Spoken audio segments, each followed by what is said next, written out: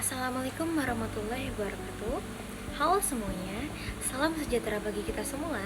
Pertama-tama dengan saya Liana Nurami Hakim, mahasiswi dari program studi manajemen Universitas 17 Agustus Samarinda. Pada presentasi kali ini, saya ingin menjelaskan materi tentang perencanaan dan perekrutan personalia dari mata kuliah Manajemen Sumber Daya Manusia 2. Langsung aja yuk, kita bahas untuk materinya. Manajemen Sumber Daya Manusia 2, Bab Perencanaan dan Perekrutan Personalia. Yang pertama adalah latar belakang. Pengelolaan sumber daya manusia melibatkan kualitas dan kuantitas sumber daya manusia yang sesuai dengan kebutuhan organisasi. Perencanaan sumber daya manusia dan perekrutan bertujuan memastikan organisasi memiliki tenaga kerja yang tepat untuk mencapai tujuan strategisnya. Efektivitas perencanaan sumber daya manusia memainkan peran penting dalam mempertahankan produktivitas dan adaptabilitas organisasi terhadap perubahan kebutuhan tenaga kerja. Menurut Ingalls dan Manhot pada tahun 2017, perencanaan sumber daya manusia merupakan salah satu bagian penting dari pengelolaan sumber daya manusia secara keseluruhan dalam suatu organisasi. Perencanaan sumber daya manusia melibatkan semua langkah perencanaan, yaitu melihat sumber daya manusia yang tersedia saat ini, memperkirakan sumber daya manusia, dan merencanakan kebutuhan masa depan serta upaya untuk mengantisipasi kebutuhan terkait dengan rencana bisnis organisasi. Perencanaan sumber daya manusia menjadi dasar mengambil keputusan sumber daya manusia dalam mengantisipasi perubahan di masa depan. Lalu di materi selanjutnya ada guna perencanaan dan perekrutan personalia. Dibagi menjadi 3 bagian. Yang pertama ada efisiensi organisasi. Dengan perencanaan yang baik, organisasi dapat menghindari situasi kekurangan tenaga kerja yang dapat menghambat operasional dan menghindari surplus tenaga kerja yang dapat menyebabkan pemborosan biaya operasional. Perencanaan membantu memastikan bahwa setiap karyawan memiliki peran yang produktif. Lalu dilanjut dengan dukungan strategis. Perencanaan sumber daya manusia memastikan bahwa tenaga kerja yang direkrut dan dikembangkan mendukung strategi jangka panjang organisasi. Yang terakhir ada mengoptimalkan pengembangan sumber daya manusia. Perencanaan membantu organisasi memahami keterampilan yang dibutuhkan untuk posisi tertentu dan menyiapkan program pengembangan bagi karyawan.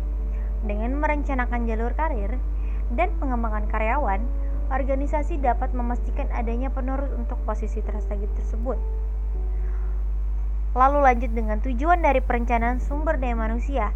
Menurut Kelly pada tahun 1992, tujuan dari perencanaan sumber daya manusia adalah untuk mencapai mengoptimalkan manfaat sumber daya manusia yang ada dan merencanakan kebutuhan masa depan.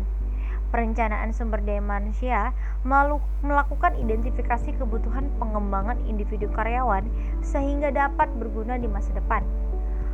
Lalu, tujuan dari perencanaan SDM menurut Ingalls dan Manhot pada tahun 2017, kegiatan perencanaan sumber daya manusia diantaranya adalah membandingkan sumber daya manusia saat ini dengan kebutuhan masa depan berdasarkan pertumbuhan, rencana ekspansi, identifikasi kesenjangan keterampilan, dan kompetisi yang selanjutnya membuat dan mengembangkan rencana secara cermat.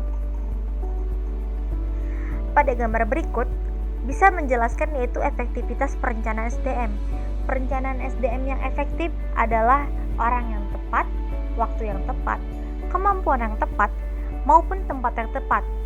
Untuk dapat menjalankan perencanaan SDM yang efektif, berikut adalah kegiatan untuk dapat memastikan jika perencanaan sumber daya manusia berjalan dengan efektif.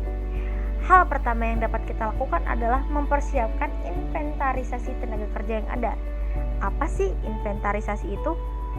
Jadi, inventarisasi disiapkan yang berisi jumlah karyawan saat ini, kualifikasi mereka, kualifikasi teknis, kemampuan teknis, keterampilan, maupun informasi lain seperti lokasi pilihan dan lainnya. Yang kedua ada memprediksi kebutuhan karyawan di masa depan. Peramalan sumber daya manusia didasarkan pada rencana pertumbuhan masa depan dan struktur organisasi pada masa depan. Kehati-hatian cukup dilakukan untuk memahami kompetensi yang dibutuhkan di masa depan. dan proyeksinya dibuat berdasarkan jumlah serta kompetensi yang dibutuhkan. Peramalan sumber daya manusia biasanya dilakukan dengan metode kuantitatif dan kualitatif. Yang ketiga, ada mengidentifikasi kebutuhan sumber daya manusia. Setelah selesainya kedua kegiatan di atas, kebutuhan aktual sumber daya manusia dihasilkan dalam bentuk jumlah dan spesifikasi. Yang keempat, ada memenuhi kebutuhan sumber daya manusia. Rencana sumber daya manusia ini digunakan untuk memulai proses rekrutmen. Dan yang terakhir, mendukung perencanaan yang strategis. Proses perencanaan dilakukan dengan mempertimbangkan masa depan pastinya pada organisasi. Perencanaan sumber daya manusia dan perencanaan strategi saling berkaitan sehingga tujuan utama dan rencana komprehensif dapat dikembangkan. Perencanaan sumber daya manusia memberikan masukan untuk rencana strategis organisasi. Organisasi memerlukan talenta yang tersedia untuk mencapai tujuannya. Jadi, dengan cara ini, perencanaan sumber daya manusia berpengaruh secara langsung dengan perencanaan strategis organisasi. Adapun tujuan perencanaan sumber daya manusia menurut Ahmed pada tahun 2018 yang berisi: pertama, untuk memaksimalkan penggunaan sumber daya manusia dan memastikan pengembangan berkelanjutan mereka.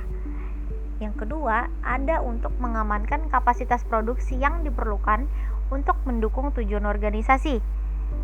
Yang ketiga, untuk mensinkronkan kegiatan sumber daya manusia dengan tujuan organisasi. Dan yang kelima, untuk meningkatkan produktivitas organisasi.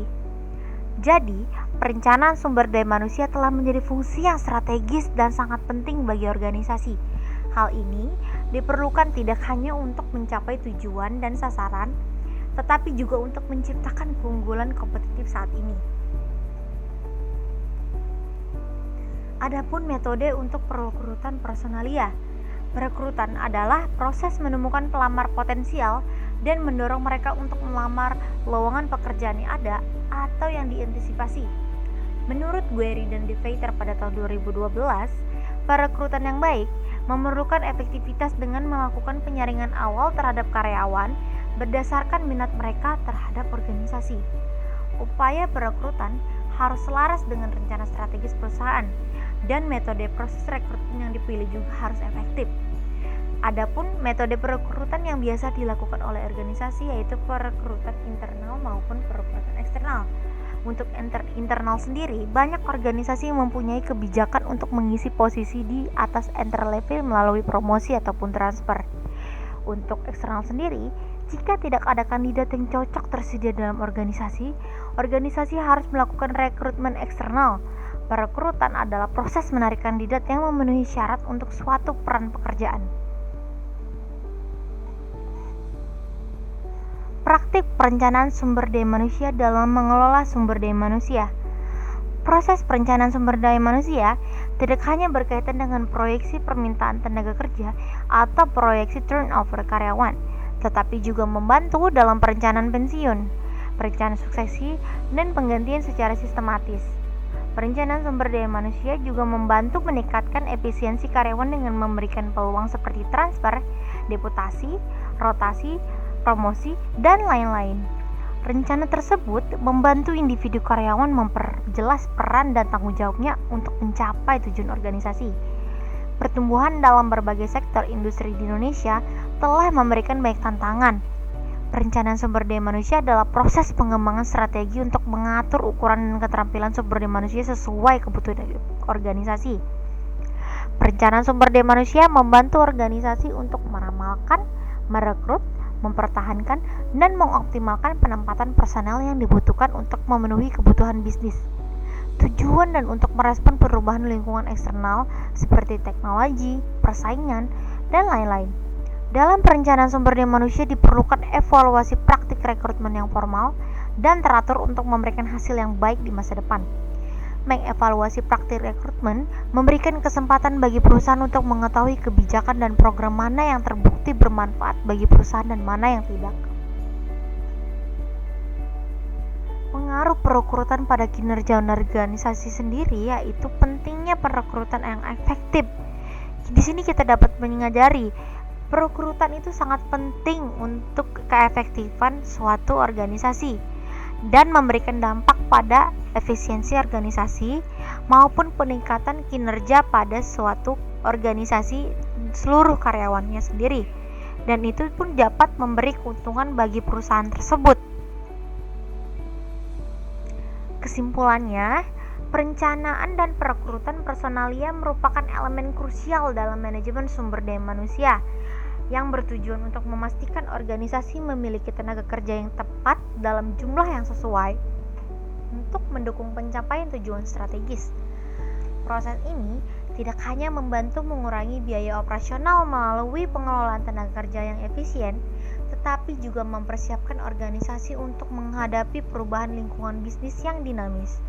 Perencanaan sumber daya manusia yang efektif memungkinkan identifikasi kebutuhan kompetensi, pengembangan karyawan, dan perekrutan berbasis strategi yang dapat meningkatkan produktivitas serta kepuasan kerja.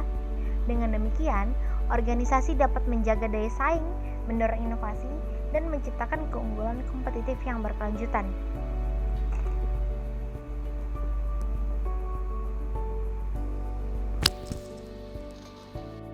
Demikian beberapa materi yang dapat saya sampaikan dari perencanaan dan perekrutan personalia pada presentasi saya kali ini. Sebelumnya, saya mohon maaf apabila ada penyampaian materi saya masih terdapat kesalahan maupun kekurangan. Semoga apa yang saya sampaikan pada presentasi kali ini dapat bermanfaat bagi kita semua. Saya ucapkan sekali lagi terima kasih.